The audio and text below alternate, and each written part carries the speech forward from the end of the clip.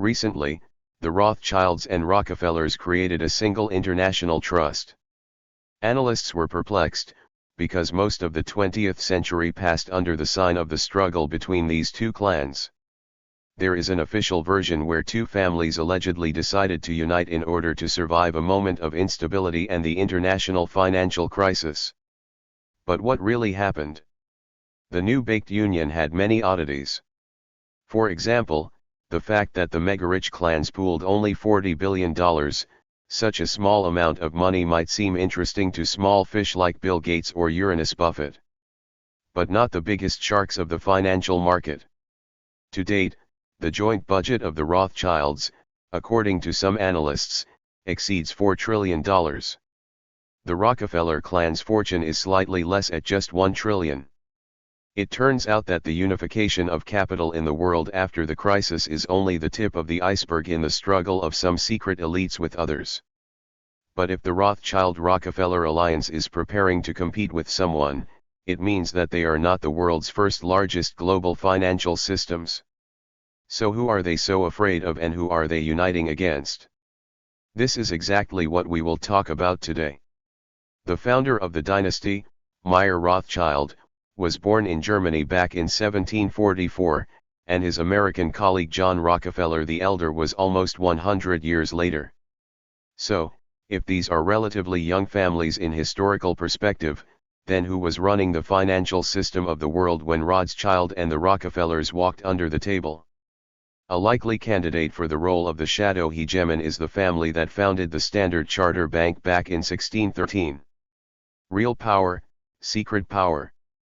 And as you know, huge money does not like being talked about, and therefore the barracks always try to stay in the shadows. But even they had to come into the light. Bernard Baruch, by the will of fate, nevertheless had to become an economic advisor to several U.S. presidents.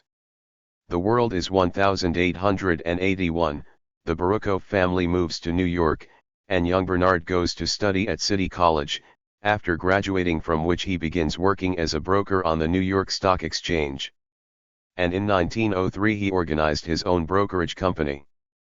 Despite the trust company associations that were fashionable at the time, Bernard Baruch runs his very profitable brokerage business, ostensibly alone, although the rise of his career is undeniable, providing the support of one of the oldest and most influential clans. For the general public, Bernard receives the nickname of the Lone Wolf of Wall Street, and in his early 40s he becomes a dollar millionaire, while managing to increase his capital in the face of endless crises and turmoil in the U.S. economy.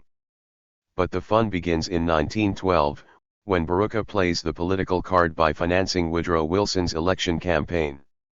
After the victory, in gratitude for the support, Wilson opens the doors to the U.S. Department of National Defense for Baruch.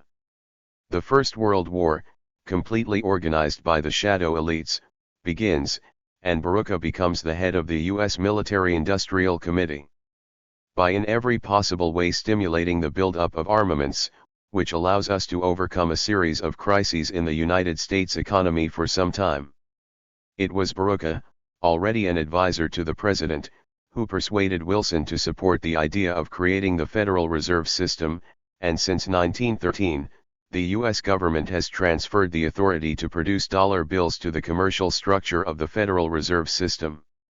Meanwhile, on the territory of modern Russia, the revolution blossomed in full bloom and Baruch unexpectedly became an ardent supporter of cooperation with the Soviet Union. Together with Hammer and Herman, Lenin invites him to restore the national economy of the country of Soviets.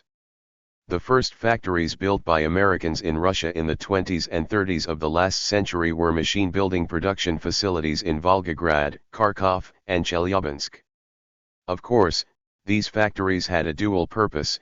In addition to tractors, they began to produce tanks, armored vehicles, and other equipment that was used in the ranks of the armed forces.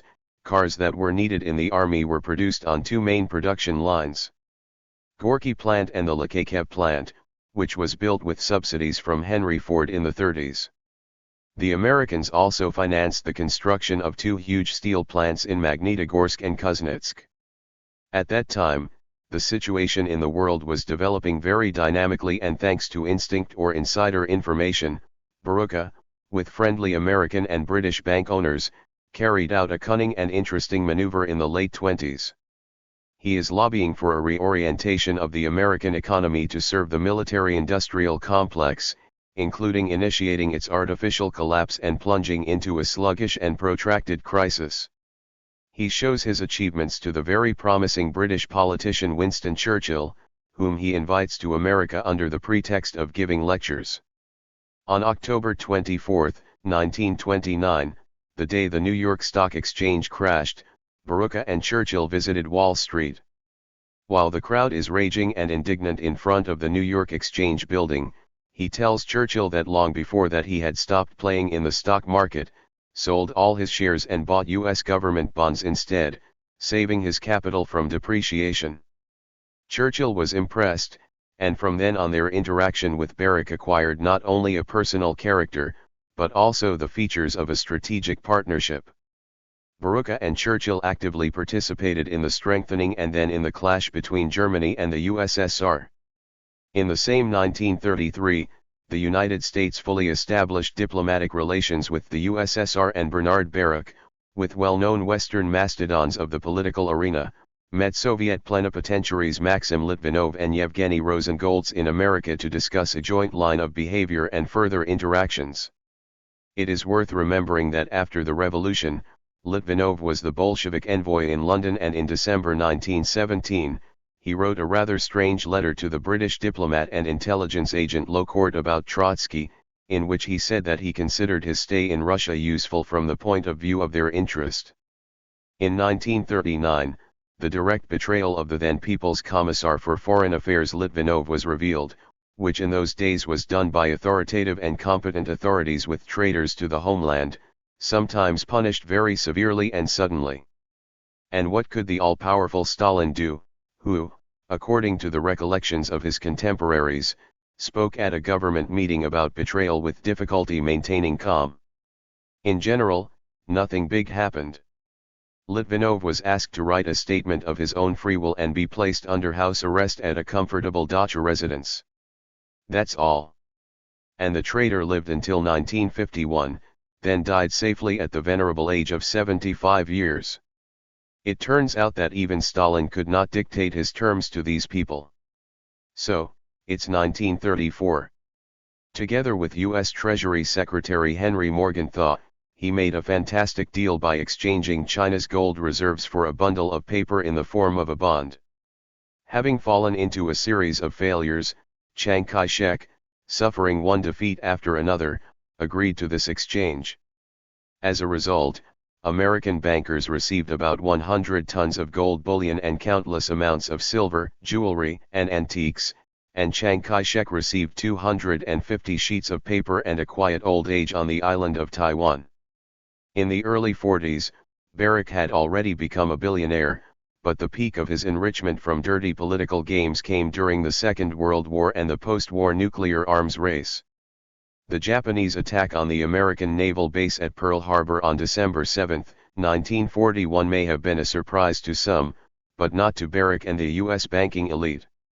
It was this provocation that dragged America into World War II, and the oligarchs, and primarily Baruch, hit a huge jackpot.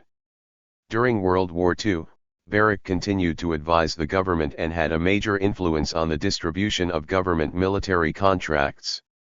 Huge fortunes were allocated to finance projects proposed by Baruch. Baruch took the U.S. nuclear program seriously and first of all took over the nuclear industry.